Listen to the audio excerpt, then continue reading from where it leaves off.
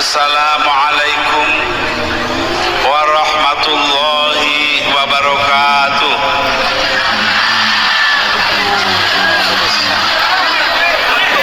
Bismillah walhamdulillah wassalatu wassalamu ala rasulillah Sayyidina Muhammad ibn Abdullah sallallahu alaihi wasallam wa ala alihi wa sahbihi wa man tabi'ahu wa nasarahu wa wala wala hawla wala quwwata illa billah.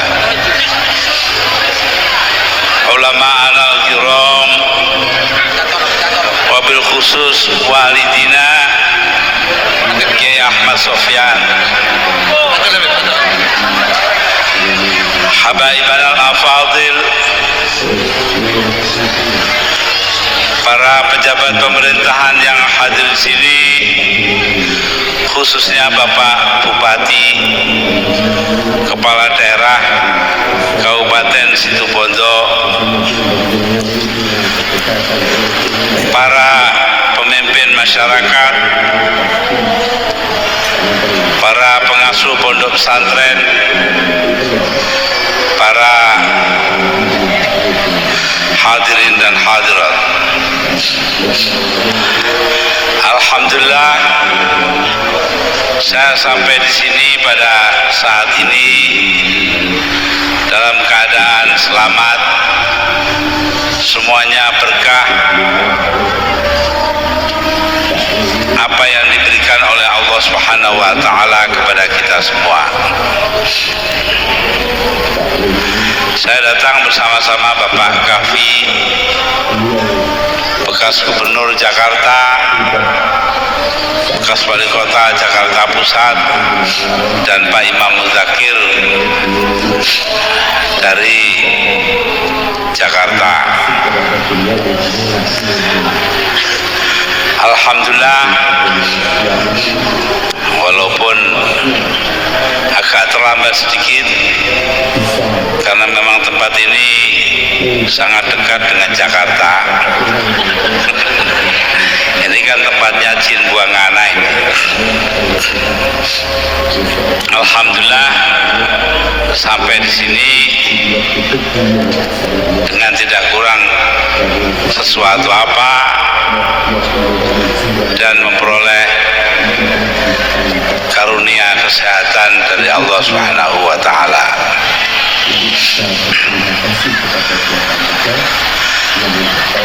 Kali ini saya datang kemari tidak untuk tujuan kampanye. Ini belum kampanye. Kalau kampanye kayak apa? Ya, ini kan baru pemanasan.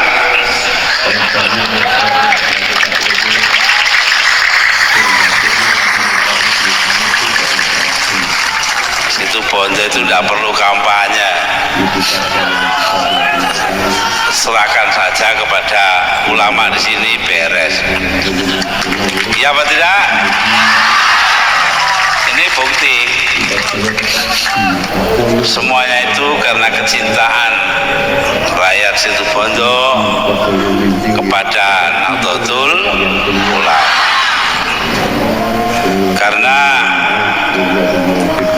apa yang dikatakan oleh Allah Subhanahu wa taala di dalam kitab suci Al-Qur'anul Karim, Bismillahirrahmanirrahim, innama yakhsyallaha min ibadihil ulama. Bahwasanya yang paling takut kepada Allah di antara hamba-hambanya adalah ulama. Karena itu terus terang saja, kalau orang-orang Situbondo mencintai ulama itu tidak aneh, karena orang-orang Situbondo memang mengikuti apa yang disabdakan oleh Allah Subhanahu wa taala. Nah, di sini ini tidak ada tukang copet, yang ada cuma guyu. Ya, ada zaman masih Surabaya dulu ada terminal Joyoboyo, ada razia tukang copet. Tadi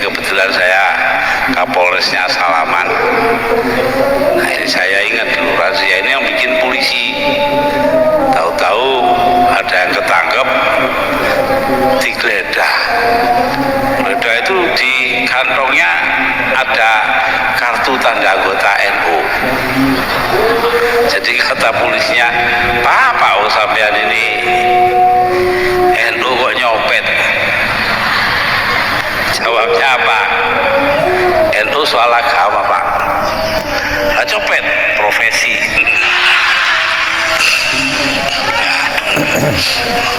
Nah, ini lah ya wis copet gak gelem NU teman-teman.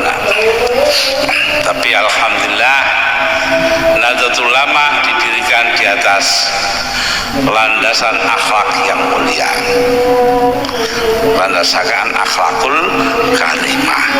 Ya apa tidak? Itu. Karena itulah dikatakan al ulama warasatul anbiya. Para ulama adalah ahli warisnya Nabi. Apa hanya yang diwaris? Oh, Nabi kabeh melarat itu. Mana ada Nabi yang kaya? Tidak ada.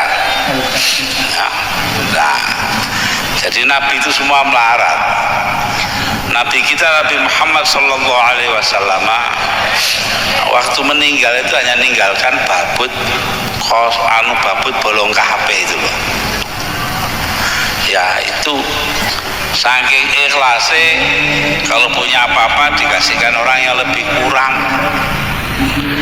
Beliau merasa kekayaan yang ada ini tidak untuk diri sendiri, tidak untuk keluarganya, melainkan untuk kepentingan orang banyak. Itu. Ini yang diambil oleh para ulama dari dulu. Karena itu ketika ulama-ulama ini mau diorganisir, maka dicari namanya. Akhirnya ketemu di dalam kitab Syarhul Hikam, syarahnya kitab Hikam dari Imam Athaillah As-Sakandari dari Iskandaria atau Alexandria. Itu loh ada dulu Menteri Riset. Ya, nanti juga tidak tahu sudah di sini apa belum. Nah, ada ya namanya Muhammad Athaillah Shahibul Hikam loh. MAS Hikam. Siapa MAS Hikam itu? Muhammad Athaillah, namanya Muhammad Athaillah, imam yang ngarang kitab itu, yang mempunyai Shahibul Hikam, Syarah Hikam loh. Nah itu dipakai nama oleh Kiai Abdul Fattah Plumpang untuk putra beliau. Ya, ini Mas Hikam yang ada di sini. Nah, ada uang jenenge kitab yang baru ini ya. Untung tidak dinamai takrib. Nah, ketika dicari-cari dapatlah nama untuk organisasi ulama itu, perkumpulan ulama tersebut. Di sana ada ungkapan kata Imam Athaillah Shahibul Hikam, yaitu la tashab man la yunhiduka ilallahi haluhu wa la yadulluka ilallahi maqaluh. Jangan ditemani, jangan jadikan guru orang yang perilakunya tidak membangkitkan kamu kepada Allah dan kata-katanya tidak menunjukkan kepada Allah. Loh, siapa orang yang tingkah lakunya membangkitkan kita kepada Allah dan kata-katanya menunjukkan kita kepada Allah? Yaitu ulama. Loh, itu yang ituka, yang membangunkan, membangkitkan. Nah, dicari masdar atau asalnya itu Nahdhah. Karena itu organisasi yang didirikan tahun 1926 itu dinamai Nahdlatul Ulama, kebangkitan para ulama. Lah ketika pada tahun 1998 pengurus besar Suriah Nahdlatul Ulama memerintahkan saya waktu itu menjadi ketua umum Tahfidziyah NU untuk mendirikan sebuah partai. Ya, saya pikir partai ini kalau ingin berwatak seperti Nahdlatul Ulama ya harus menggunakan kata kebangkitan. Karena itu menjadi Partai Kebangkitan Bangsa PKB. Sebelum itu beberapa bulan hampir setahun ada orang perempuan buta huruf bilang pada saya, "Yai, saya kok mimpi apa Bu? Saya mimpi sampean," bahasa Jawa ini, damel pil KB. Damel pil KB. Nah saya bingung, damel itu bahasa Jawa bisa membuat, gawe bisa memakai, gawe. Nah ini, jadi saya itu bingung yang mana. Saya bilang, "Bu, saya ini tidak bisa membuat pil KB karena tidak punya pabrik obat. Juga saya tidak pakai pil KB, sudah tua, anaknya banyak, sudah 4, gede-gede KB malah duit butuh barang." Waktu itu anak saya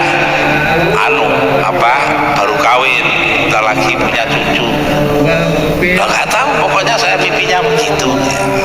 Ya sudahlah, kadar mimpi ya. Nah, itu akhirnya waktu disuruh buat PKB, cocok-cocokan namanya disetujui PKB, saya tertawa sendiri. Oh ini tuh yang dimaksudkan pil KB dulu itu.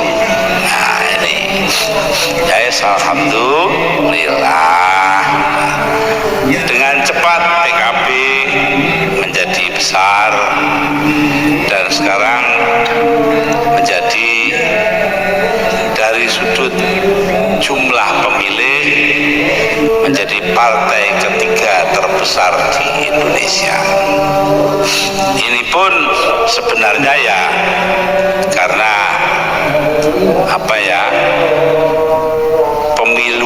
pemilihnya itu tidak benar. Loh, pemilihnya tidak benar gimana iya? Baru dihitung 60% suara oleh Komisi Pemilihan Umum KPU di bawah pimpinan Bapak Rudini. Lalu Pak Habibie sudah membuat SK, surat keputusan Presiden tentang susunan DPR MPR, komposisi DPR MPR, baru 60 suara. Nah sing guru itu sing desa-desa sing umumnya ya nyoblos PKB. Karena itu kita menanyakan hal itu kepada Mahkamah Agung, tapi sampai sekarang belum dijawab. Begitu juga ketika pada tanggal 21 Juli 2001 saya berkirim surat kepada Mahkamah Agung, yaitu melakukan 21 Juli 2001 melakukan pengumuman keadaan darurat.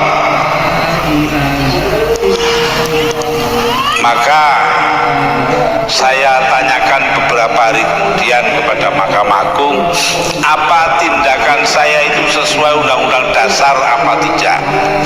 Karena apa? Waktu itu tanpa ada landasan hukum, Megawati Soekarno Putri ngundangi orang datang ke rumahnya di Kebagusan di Pasar Minggu untuk memanggil sidang istimewa MPR tanpa sebab. Nah ini menurut penafsiran saya melanggar Undang-Undang Dasar.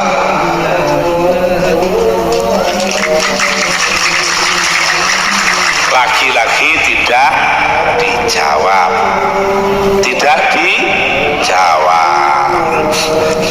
Kemudian saya kirim surat.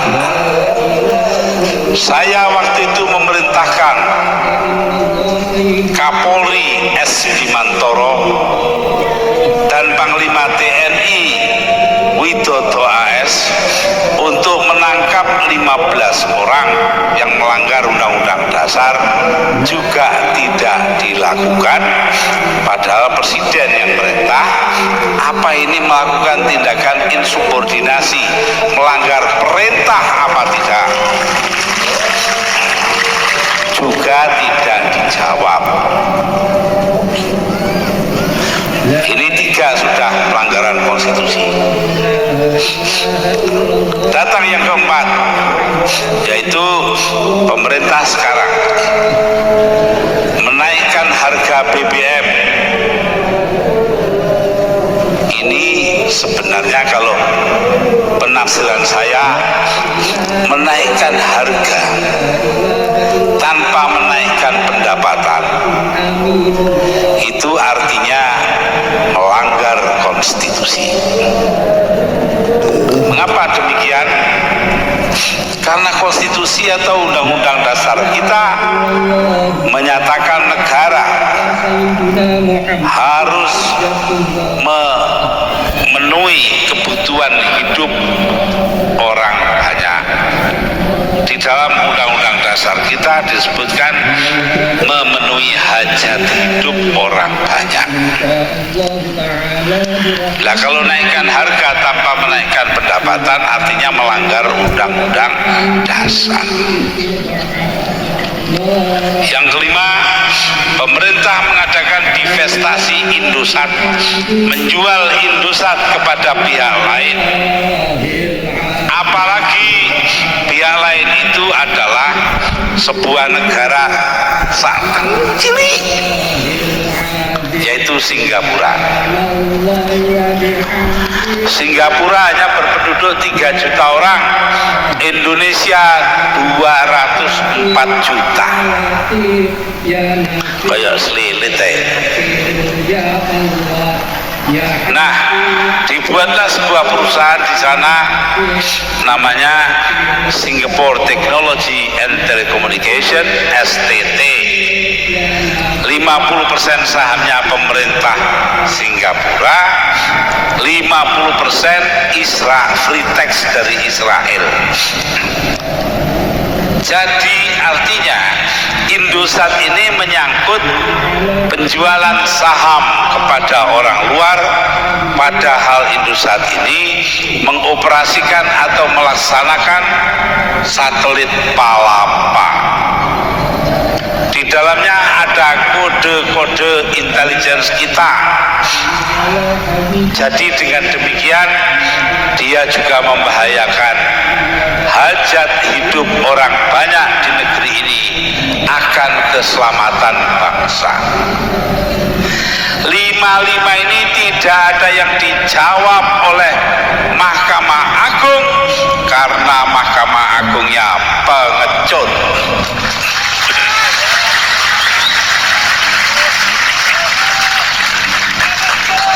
Saya tidak ngompori orang, saya hanya supaya Anda semua tahu akan hal ini, itu saja.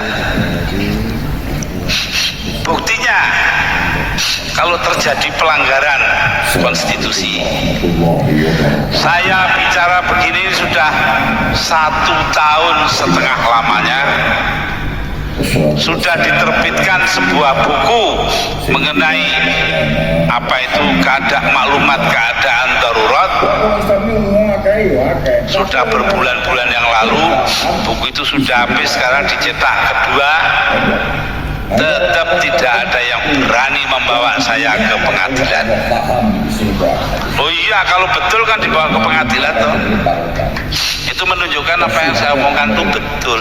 Sebab menuduh pemerintahan adalah melanggar konstitusi adalah sebuah tindakan hukum yang dapat dihukum kalau tidak benar. Tak tunggu-tunggu nih kapan itu? Ya enggak pernah.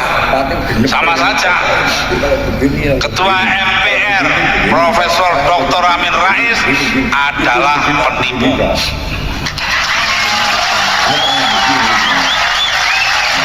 Ini kakak ke 52 kalinya saya bicara di muka umum. Tak tunggu nih, bener gak ini yang menentukan benar tidaknya pengadilan. Saya tunggu, berani tidak membawa saya ke pengadilan? Sampai hari ini tidak berani.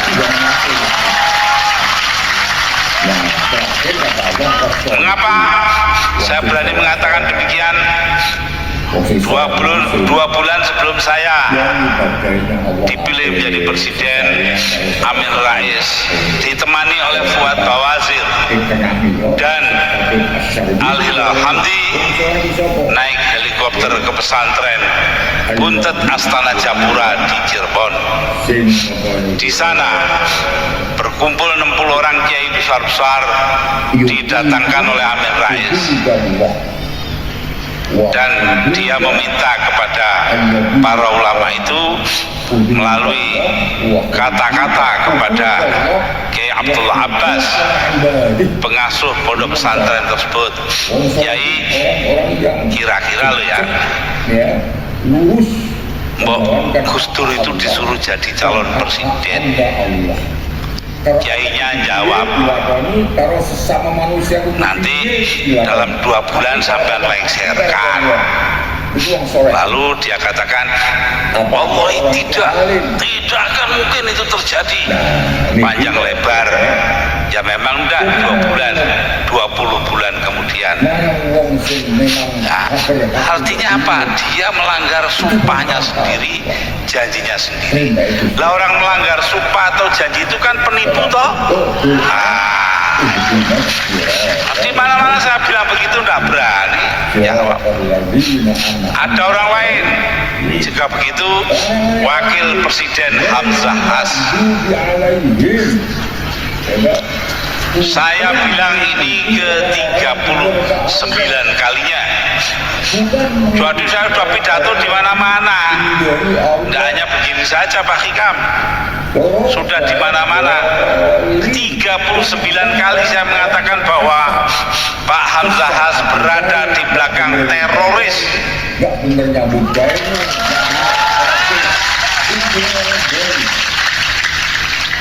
Pertama kali saya ngomong di Aring-Aring pada waktu pengajian selepas apa itu namanya konferensi NU wilayah Jawa Timur. Ya. Di situ saya katakan saya sangat terkejut ketika Wakil Presiden Hamzah Has menyatakan prihatin terhadap peledakan bom di Bali. Loh, kenapa kok cuma prihatin? Tidak berani mengutuk. Jangan-jangan saya bilang orang di belakang pemboman itu adalah temannya Hamzah Has.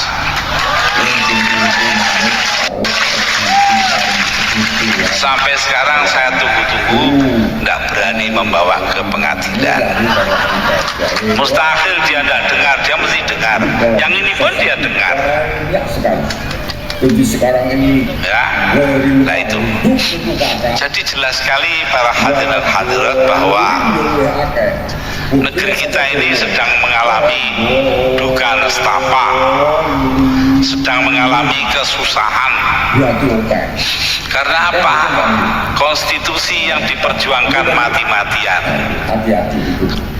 konstitusi yang diperjuangkan oleh para pendiri republik ini, termasuk 7 orang wakil gerakan Islam.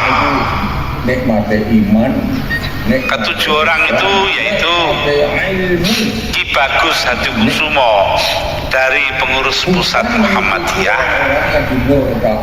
Kiai Haji Abdul Qahar Muzakir, salah seorang yang hubungan famili saya manggil Pak D, dari PP Muhammadiyah, seorang namanya Ahmad Subarjo dari Masyumi, ya. Kemudian Abdurrahman Baswedan, Ketua Umum Partai Arab Indonesia PAI. Kelima, Abi Kusno Cokro Suyoso dari Syarikat Islam. Sini ada orang Syarikat Islamnya ada? Tidak ada. Nah, mudah-mudahan ada. Tidak ada ya kenemenan. Yang keenam Haji Agus Salim, yang kita semua tahu bahwa beliau berilmu agama sangat dalam. Yang ketujuh Abdul Wahid Hashim, ayah saya mewakili Nahdlatul Ulama. Ketujuh orang ini ketika berkonsultasi dengan Bung Hatta tanggal 18 Agustus 1945, sehari setelah kemerdekaan diproklamasikan, mengeluarkan istilah sekarang ini ngedrop piagam Jakarta dari pembukaan Undang-Undang Dasar. Loh, negara yang diperjuangkan mati-matian juga oleh para wakil-wakil organisasi Islam itu sekarang sedang mengalami musibah besar-besaran karena terjadi pelanggaran korup konstitusi, pelanggaran demi pelanggaran. Lah yang diurusi itu tidak ada yang pokrok, cilik-cilik, bangsanya soal inul, tahu sih.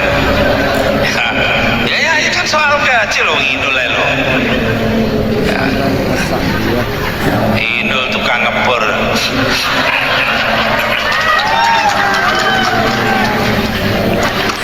Nah, karena itulah pelanggaran demi pelanggaran, kebohongan demi kebohongan, pengkhianatan demi pengkhianatan, Allah marah. Karena marah itu kita lihat sekarang, bumi longsor, gunung-gunung meledak, bahkan diumumkan Semeru, gunung Semeru itu sudah mati, sekarang hidup lagi. Ya, semenjak beberapa bulan ini istilah mereka ahli-ahli geologi, gunung Semeru aktif kembali. Bahkan 2 hari yang lalu Malang kena abu dari gunung Semeru. Sehingga akhirnya ketika saya ada acara di Bangil, itu dari Kediri saya liwat Jombang, lalu Mojokerto, Mojosari, Japanan, Gempol, Bangil, sedangkan yang mapak saya Bapak Khairon Syakur dari Bangil, pulangnya misah liwat Blitar, itu tidak bisa liwat karena gelap gulita, tertutup debu. Nah, lalu itu semua tanda, yang longsor, yang gunung, yang banjir, sembarang kali itu tanda bahwa Allah marah karena terjadinya hal-hal yang bersifat pengkhianatan dan sebagainya itu. Karena itu marilah kita adakan perbaikan yang diperlukan, dan nanti dalam pemilihan umum atau pemilu yang akan datang memilih pihak yang tepat, yang benar-benar memperjuangkan kepentingan rakyat.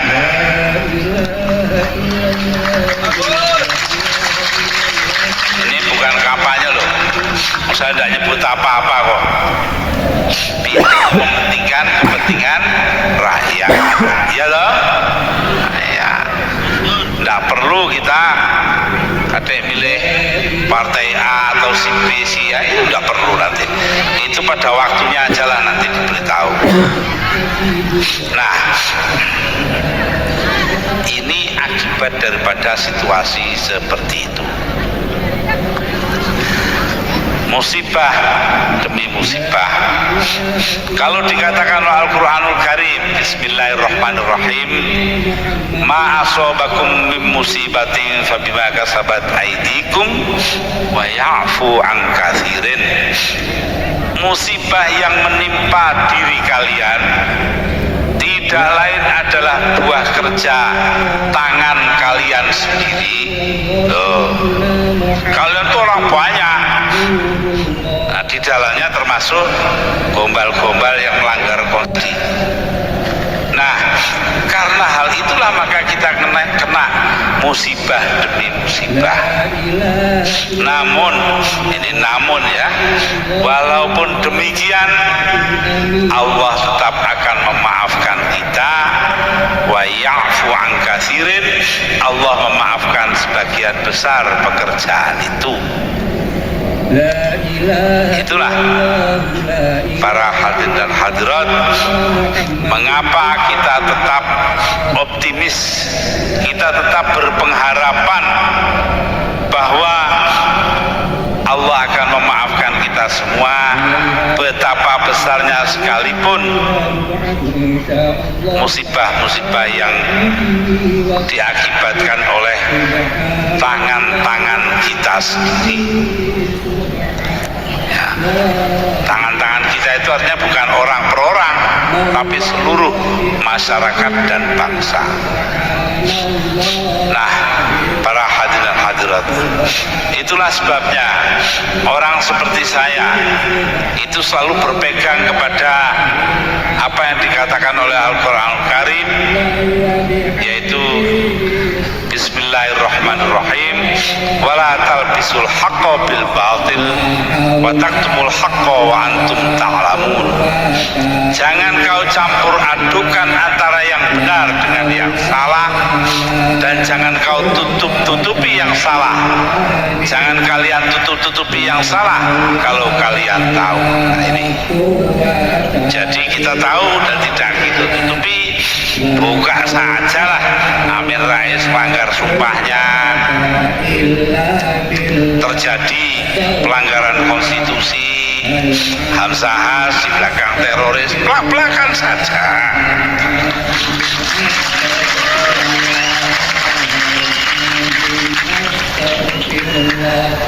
Nah, para hadirin hadirat, dengan demikian jelaslah bahwa kita akan dapat mengatasi kesulitan-kesulitan kita yang dalam bahasa luar negeri atau istilah zaman sekarang, kata orang Betawi, istilah kerennya itu adalah pelanggaran hukum yang ada. Dengan melakukan pelanggaran hukum yang ada itu, kita lalu tidak bisa memenuhi kewajiban sebagai bangsa untuk menegakkan keadilan. Al-Quranul Karim padahal berkata, ya ayyuhalladzina amanu, Bismillahirrahmanirrahim, ya ayyuhalladzina amanu kunu qawwamina bil qisti syuhada'a lillah walau ala anfusikum. Hendaknya kalian, wahai orang-orang beriman, hendaknya kalian menegakkan keadilan dan menjadi saksi bagi Allah walau mengenai diri kalian sendiri. Artinya walaupun situ ada yang berkhianat, tetapi kita tetap bersabar karena percaya keadilan Allah akan tegak. Betul tidak? Bagaimana tegaknya keadilan Allah itu? Melalui pemilihan umum itu. Kalau bapak-bapak, ibu-ibu, saudara-saudara ingin menegakkan keadilan, maka lakukan hal itu melalui pemilihan umum yang akan datang. Pilihlah pihak yang benar. Lah, ini ada yang marah, kampanye mencuri waktu. Terus apa yang kampanye? Saya tidak nyebut apa-apa. Kenapa disebut? Dong semua udah tahu, tidak pakai disebut juga tahu kok. Ya tidak? Iya sudah. Itulah para hadirin dan hadirat, apa yang menjadi pikiran kita saat ini.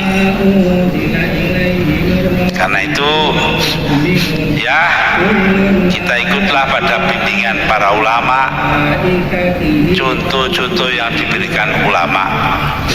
nanti saya kemukakan, karena sebetulnya kita kesini kan untuk muludan ini, untuk maulid Nabi Muhammad Sallallahu Alaihi Wasallam. Tapi tidak apalah kita. Maka bagian pertama tadi yang macam-macam tadi itu yang intinya kita kena musibah karena ada sebabnya. Untuk menghilangkan musibah itu, mari bersama-sama kita baca pujian. Loh, pujian awan-awan nanti makan di penggawean Rio, tidak ada kerjaannya yang lain yang lebih baik pujian, ya apa tidak? Pujian itu disampaikan atau dibawakan di langgar-langgar dan surau-surau sambil nunggu imam sholat, ya apa tidak? Nah ini apa di sini nih namanya langgar apa? Musola ya, langgar ya. Itu langgar itu musola, surau. Mari sama-sama nanti bareng-bareng dengan saya ya. Nanti maksudnya saya terangkan belakangan. Ilailas tulil firdausi ala wala aqwa ala naril jahimi fahabli taubatau waghfir dhunubi fa innaka ghafirul dzambil azimi. Ilahi, wahai Tuhanku, lastu lil firdausi ahlan, aku bukan orang yang ahli sorga, wala aqwa ala naril jahimi, dan aku tidak kuat api neraka. Loh kenapa? Tidak kuat api neraka, tapi bukan ahli surga. Siapa orang mana? Orang situ bondo. Ya, tapi sebagai orang NU, sebagai orang PKB, maka ada jalan ketiga. Fahabli taubatan, maka berikan kepadaku kemampuan bertobat. Fa innaka, dan ampuni dosa-dosaku, waghfir dzunubi, fa innaka ghafirudz dzambil azimi, karena sesungguhnya engkaulah yang paling dapat memberikan ampun atas dosa-dosa yang besar. Ada kesempatan bertobat ini ya, tapi tobat yang bener, jangan tobat wong lata itu. Ada yang jatuh tobat ya. Mari dibaleni, saya terangkan maksudnya bareng-bareng. Ilailas tulil firdausi ala wala aqwa ala naril jahimi habli taubatau waghfir dzunubi fa innaka ghafirudz dzambil azimi. Saya ngajak pujian jam sekian ini kenapa sih kok di sini? Ya sebabnya sepele, saya ndak ketok, jadi ndak tahu orang yang sini banyak apa ndak. Ngono banyak ya, ini banyak betul tak? Dulu ada zaman Jepang, tentara Jepang sowan Kyai Abdul Manaf di Lirboyo. Sana masuk, ada santri di masjid dalam jumlah besar. Di depannya masjid ada banyak angsa itu loh. Tahu banyak angsa itu, soang itu toh. Nah, akhirnya banyak ya. Nah itu ada si Jepang tadi masuk ke rumahnya Ki Abdul Manaf, nanya, Haji, banyak santri ya? Maksudnya yang di masjid banyak, jumlahnya besar. Jawabnya Kiai Abdul Manaf, bukan Tuhan, itu bukan banyaknya santri, banyaknya Kaji Yakub. Ya, nah sini banyak mana ini, sekian ini ya. Tentu banyaknya Kaji Yakub lah. Yang kedua, saya ingin tahu rakyat di sini ini masih manut pada kiai apa tidak. Begitu saja, kok tidak punya tujuan lain. Manut siapa yang ngajari sampean selawatan, maling apa kiai? Aku wis ngono, sudah tercapai dua tujuan, wis kari mulai. Para hadir dan hadirat, ini katanya mulutan Maulidun Nabi Muhammadin Sallallahu Alaihi Wasallam. Nah, saya tidak banyak-banyak dalam soal ini, hanya ingin menyampaikan sebuah ayat Al-Quran saja. Bismillahirrahmanirrahim. Laqad kana lakum fi Rasulillahi uswatun hasanah. Benar-benar telah ada dalam diri utusan Allah. Siapa maksudnya di sini?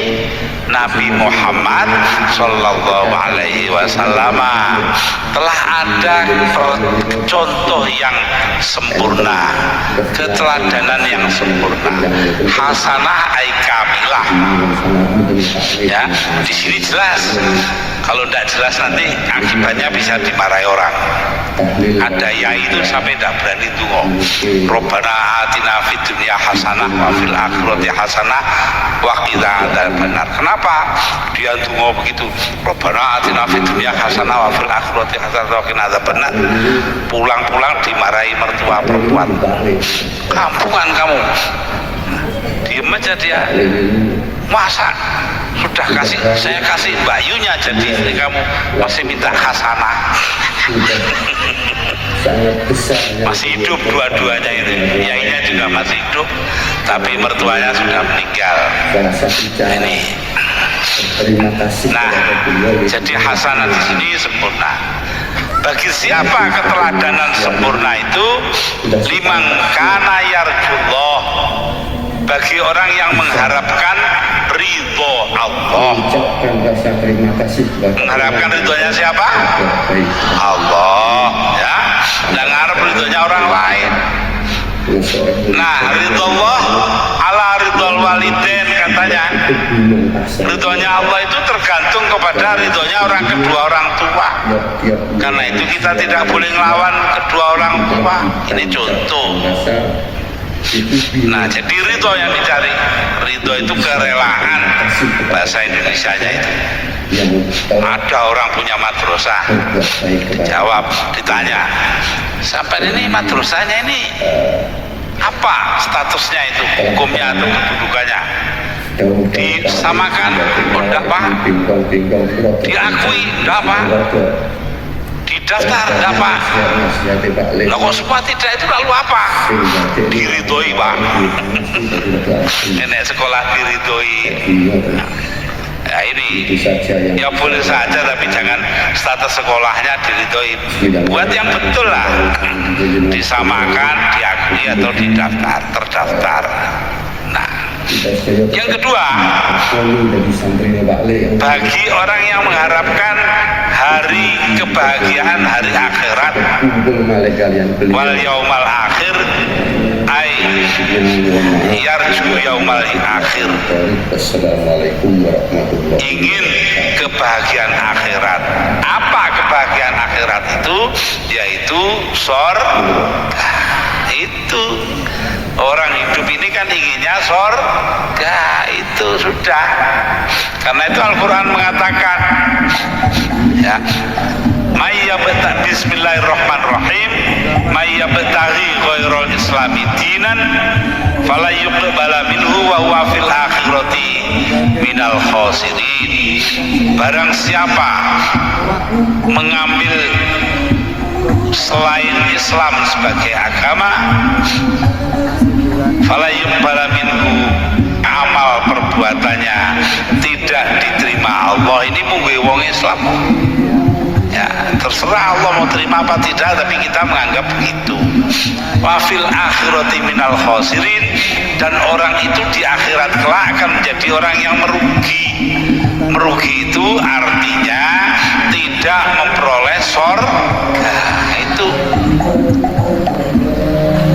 Nah, para hadirin dan hadirat, yang ketiga, ya, yang melakukan zikir sebanyak mungkin artinya sangat mempertimbangkan kekuasaan Allah. Ya, nah, zikir itu ada zikir lafzi, la ilaha illallah, la ilaha illallah. Nah, itu zikir lafzi. Astagfirullahaladzim, astagfirullahaladzim, astagfirullah, itu zikir lafzi. Tapi ada zikir fi'li. Zikir lafzi itu zikir dengan ucapan, zikir fi'li itu zikir dengan perbuatan. Nah, sekarang ini hikmahnya maulid sekarang ini apa? Siapa sampai ini benar-benar sudah zikir fi'li? Karena apa? Ini pertanyaan saya sekarang. Kalau air sungai itu mengalir kemana? Ke laut. Laut ini kalau sini apa bahasanya? Laut. Tase. Oh, tase. Nah, laut itu utara ya. Iya. Karena saya orang Jawa, ya, tidak ngerti bahasa sini, bahasa Madura. Alhamdulillah ada bahasa nasional, bahasa Indonesia. Kalau tidak ada hubungan saya dengan sampean, tidak ngerti satu sama lain. Nah, ada orang situ foto itu belajar di Australia, belajar kimia, jarang pakai bahasa itu, ngomong nggak pernah, rumus-rumus ditulis di papan tulis atau di kertas sampai lulus jadi doktor. Lah ngurus tiket mau pulang, tiket pesawat terbang, kartu pesawat terbang, ditanya sama pegawai universitas, when will you go back to your country? Kapan kamu akan kembali ke negeri kamu? Jawabnya, montak mandi ya Tuesday. Lah ini apa ada monnya barangnya repot ya. Nguyu ini. Tahu ngalami tak? Ya. Nah, kalau air itu sampai ke laut, kemudian dipanaskan oleh matahari menjadi uap air. Uap air naik ke atas menjadi apa? Awan, ya toh? Jok megalo, muring-muring kok. Jadi awan. Awan didorong angin sampai ke gunung.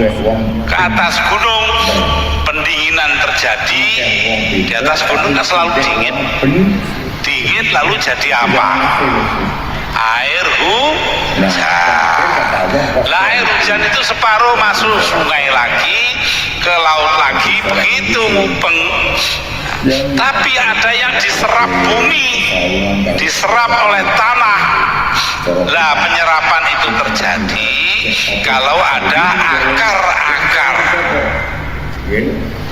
Lah akar ini hanya akan hidup kalau ada pohonnya, ya apa tidak? Apa pernah dengar akar tanpa pohon?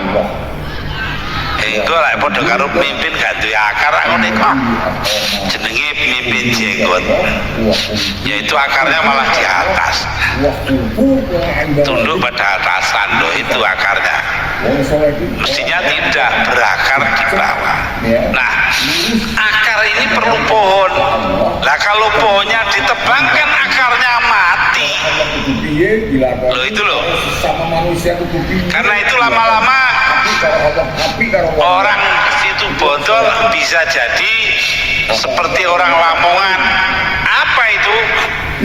Kalau musim kemarau nggak bisa cebok, kalau musim hujan nggak bisa jongkok. Nah, cebok dan jongkok ya. Ketiga ora iso cewek, rendeng ora iso dodok. Kenapa? Lah mau cebok nggak ada airnya, musim kemarau habis sebentar disimpan lagi kok, nggak diserap bumi, sumur-sumur kering, kali-kali kering. Lah musim hujan nggak bisa cebok karena banjir Belandang itu. Nah, supaya tidak mengalami nasib seperti itu, tolong pohon-pohon itu jangan ditebang ya. Harus ada perencanaan dalam penebangan pohon. Nah, pohon yang sudah ada itu tolong supaya ditanam kembali loh. Ditanam kembali. Jadi jangan ikut. Ini NU cabang Garut itu setelah peristiwa longsor di Mandalawangi, semua ketut menyesal. Akhirnya sekarang Pemda membagi tiap MWC atau kecamatan itu NU diberi 2 hektar tanah untuk penghutanan kembali. Lalu Perhutani dan Universitas Pajajaran itu diajari caranya menanam pohon yang baik, dan Pemda tingkat 1 menyediakan bibitnya lah ini. Tapi ya sayangnya begitu kok setelah longsor. Ada di Tuban. Tuban ini Kabupaten Tuban, NU cabang itu kerjasama dengan pihak Perhutani mengadakan tanaman sela di pohon-pohon karena di sana tanahnya kapur, memerlukan tanaman sela seperti itu. Entah berapa ratus hektar itu. Pokoknya di sini bisa ditiru hal semacam itu. Kebetulan ada Pak Bupati, ada pengurus NU wes rundingan kono. Betul tidak? Ya sudah. Jadi karena itu saya harapkan semuanya jangan angger-angger asal-asal saja menebang pohon, agar supaya kita ini benar-benar bisa zikir fi'li yang baik. Ya inilah hikmah yang ingin saya tarik dari peristiwa Maulid Nabi kali ini. Hadirin dan hadirat, ini sudah sore, sudah waktunya kita menjelang maghrib, maka harus kita tutup. Saya tutup ini dengan sebuah syairan, waladatka ummuka ya ibna Adam bakiya wan nasu haulaka yadhaku nasurura fajahad linafsika antakuna idza bakau fi yaumi mautika dhahikam masruro. Engkau lahir wahai anak Adam. Siapa itu anak Adam? Manusia. Engkau lahir, ketika itu engkau menangis. Tidak ada bayi lahir wanasu haulaka yadhakuna surura.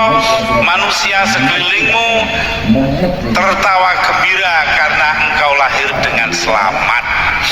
Fajhad li nafsika, maka usahakan bagi dirimu ya pada hari kematianmu ketika mereka menangisi engkau, dhahika masrura, engkau sendiri tertawa gembira melihat surga. Loh ya. Sudah, ini saja yang saya kemukakan. Mudah-mudahan kita semua diberi umur panjang, diberi keselamatan, anak-anak yang soleh-solehah, dan diberi rezeki yang banyak. Demikian, maka kita akan doa. Saya disuruh dungonya pendek saja, yaitu dungonya Sunan Ngampel. Dari surat Al-Kahfi ada satu ayat di bulan Baleni. Ila hadratin Nabi Mustafa Muhammad sallallahu alaihi wasallam ala jamil anbiya wa mursalin wa malaikatil muqarrabin wa laimatil musyahidin wa awliya'i sholihin wa qadar. Fatihah. A'udzubillahi minasyaitonir rajim. Bismillahirrahmanirrahim. Rabbil alamin. Ya Rabbana atina min ladunka rahmatan wa hayyi lana min amrina rasyada. Rabbana atina min ladunka rahmatan wa hayyi lana min amrina rasyada. Rabbana atina min ladunka rahmatan wa hayyi lana min amrina rasyada. Wa sallallahu ala sayyidina Muhammad. Wassalamualaikum. Berbagai penjuru dari kota Kediri. Tapi Islam mlebu ning Jawa niki.